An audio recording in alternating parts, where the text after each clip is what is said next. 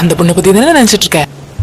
வானம் எங்கும் உன் பிம்பம் மானம் கையில் சேரவில்லை. முதல்ல என்கிட்ட கேட்டிருக்கணும். உன் வாசம் இப்ப கேக்குறேன். வாசம் வாழ்க்கையில் என்ன கல்யாணம் பண்ணிக்கிறேன்? உயிரை வேறோடு கிள்ளி முடியாது. என்னை சந்தியில் என்கிட்ட நேரம் இல்லையே. எங்கே சென்றாயோ கள்ளி எனக்கு எல்லாத்தையும் பிடிச்சது உன்னோட கண்ணு.